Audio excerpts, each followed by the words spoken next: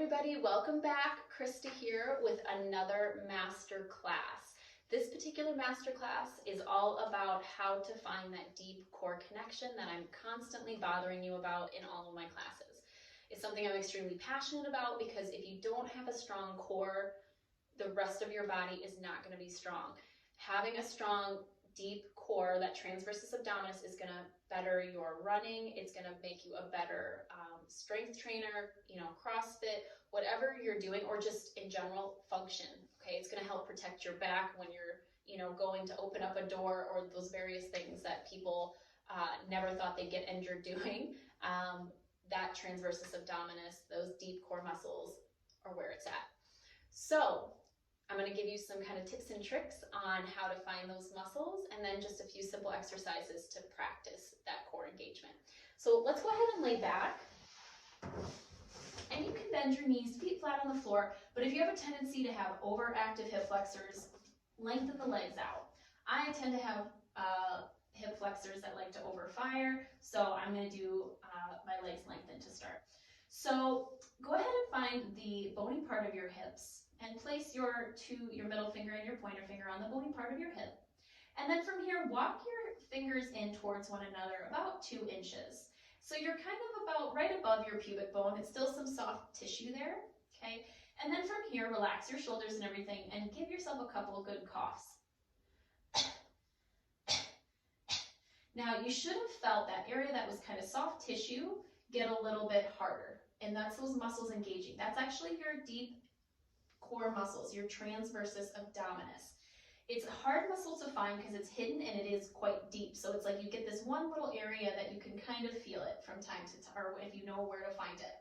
Okay, so I like to use imagery to help people connect with this muscle. So we don't want that bulging, that popping that we got when we coughed, but it's a good way to get you to understand the area you should be feeling. So when you cough, it's like your rectus abdominis, which is your six-pack that everybody thinks is what core strength is, and it's not. It's quite superficial. Having a six-pack does not give you a strong core. It just means you have low body fat. So we don't want that bulging, okay? And that's where those deep abdominal muscles, that's what gives you the flat tummy, not the six-pack. The six-pack, if you do too many crunches and you're not engaging your TA, you're gonna give yourself a bigger belly, okay? You're just training your muscles to push out, okay? And that's where that invisible built-in corset that we all have gives us that nice, beautiful flat tummy.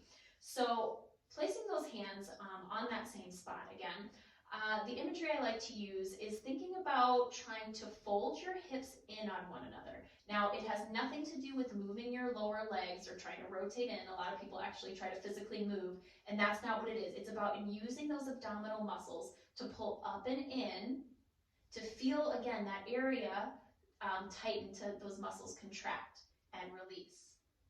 Again, pulling up and in like you're trying to fold your hips in on one another, and release. If that doesn't work for you and that's not making sense, another visual I like to give is if you had a string and you tied each end on either hip, you're trying to get that string nice and taut.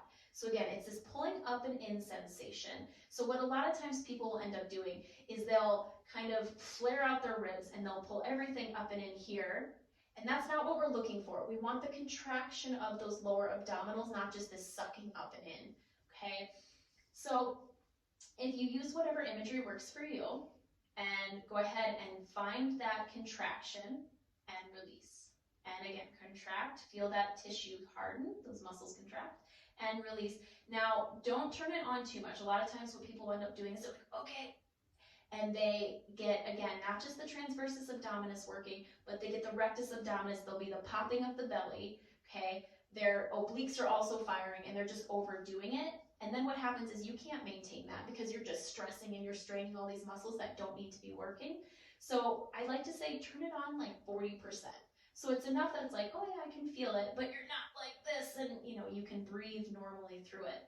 So the best way to start is, again, just kind of contract, release, contract, hold it for a second or two, release, and do that about 10 times, okay, to make sure that you can actually find those muscles and feel that sensation.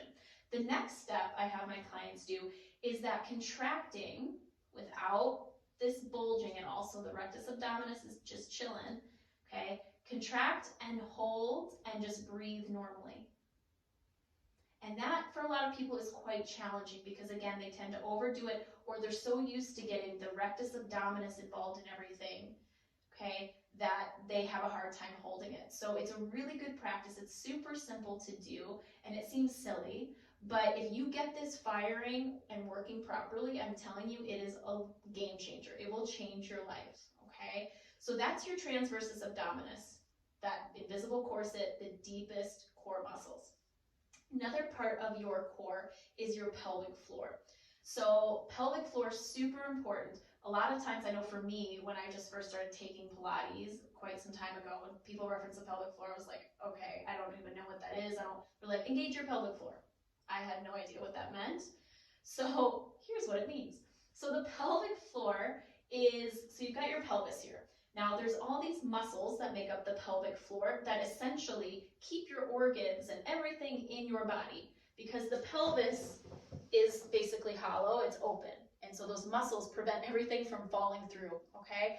So the pelvis or the pelvic floor is good. It helps obviously with things like being able to hold your pee, holding if you have to go to the bathroom. It helps with a lot of things. So if it's not working properly, people experience incontinence, painful sex. So the pelvic floor is a very complex muscle or set of muscles. So if you are experiencing any of those things, see a pelvic floor specialist. There are actual physical therapists that specialize in pelvic floor, and go and see them because it's a huge game changer. It will change your life if you can get your pelvic floor to function as it should. And it's a lot of things that, again, people are embarrassed to talk about, that people feel uncomfortable talking about, or think that that's just how life is and they go on living. That's not normal. There are ways to fix it. And Pilates can help with that, but if you've been doing Pilates for a while and you're noticing it's not making a difference, go and see a specialist for sure. So with the pelvic floor, think about when you're going to the bathroom, holding in your pee. Okay, that's the pelvic floor. Now there's the front part of the pelvic floor and there's the back part of the pelvic floor. The front kind of controls more of the urine and that sort of thing, and then the back is the anus, okay? So when you're squeezing the pelvic floor, which a lot of people squeeze the back, okay? Which is great, you want to be able to have control over that as well, but I really want you to focus on the front. Okay, so closing your eyes, and again, this is where that body control and that body awareness comes into play. These little muscles that clearly we can't see, we can't feel as far as physically feel, we just have to rely on that mind-body connection, and you have to practice it. I like to use the analogy of, it's like the first time you're going through a forest and you're creating your own path. It takes forever to get through, it's painful, it's a terrible, it can be a terrible experience and it's hard. But the more you start taking that same path back and forth, the faster your trip becomes, right? The easier it becomes. And it is the same thing when you're connecting your mind with these muscles that for the longest time, maybe you've gone your whole life without ever connecting them. It can be done, but it does take practice. So that's where we get, so we've got our pelvic floor, we've got our transversus abdominis, okay? And then from here, go ahead and bend your knees. And then I want to talk about maintaining a neutral position with the spine, and that's where that TA really comes into play. Being able to hold that up and in, that invisible corset, gives you a nice neutral pelvis, so you're not pushing your lower back into the mat and you're not overarching into a big anterior tilt that can hurt your back, okay? So you've got to pull up and in. Now, there are different theories in Pilates, and I believe it's more contemporary that focuses on maintaining a neutral spine. Joseph Pilates, the original, way back in the 1940s and stuff, when he was doing putting his programs together, believed in flattening out the spine, because he felt that as a baby, like babies come into this world and they have a flat back.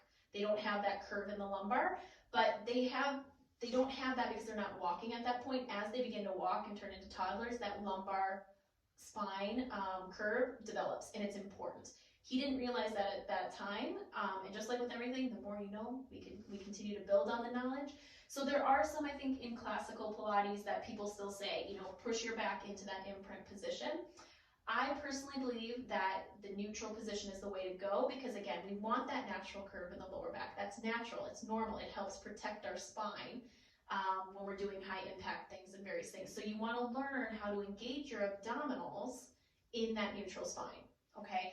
Now, if you have if you're abdominals aren't super strong, you might have to go into the imprint a little bit to protect your back and learn to engage your abdominals and strengthen those. But again, the goal is over time we find that neutral spine. You know, it just depends. Everybody's different. I have some clients that just are really weak, so I do have them go into imprint. And I have some clients that, again, if you teach it in that way, it's really hard to unlearn it. So I try my best to get everyone to start in that neutral spine. And that's that natural curve under that lower back, little bit of weight in the tailbone. So let's go into a little those exercises you can practice. I usually do these as my warm-up for most of my classes because it gets that TA engaged, the pelvic floor pulling up and in, the rib cage is down. So that's another thing too, is we start with the class with breathing so that as you exhale, you draw the rib cage down, you start that abdominal connection and keep your ribs squared over the hips. So everything is nice and flat here, a little bit of natural curve under the lower back. From here, you're going to take an inhale, pulling up and in with those lower abdominals. Exhale, one leg comes up. Notice my tailbone is staying grounded. I'm not tucking it under, okay? Take another inhale. Exhale, other leg comes up and in. Now notice my belly didn't really pop here. Now what happens a lot of times, again, when people don't have that TA engaged, this happens. And that belly gets big, and they notice this big bulging, okay? If you notice the bulging, take it back a step and practice just those lifts and lowers without that belly popping, okay? Just doing those lifts and lowers is a good place to start. And you can just do even one at a time, okay? People don't realize this, but this is a lot of abdominal work. It's just that lower abdominal, that TA that we're working, and that's important. That's where we get that flat belly, so you want that strong. Okay, then you can progress to bringing both legs up, trying to maintain that neutral spine without popping the belly, and then tapping down and up.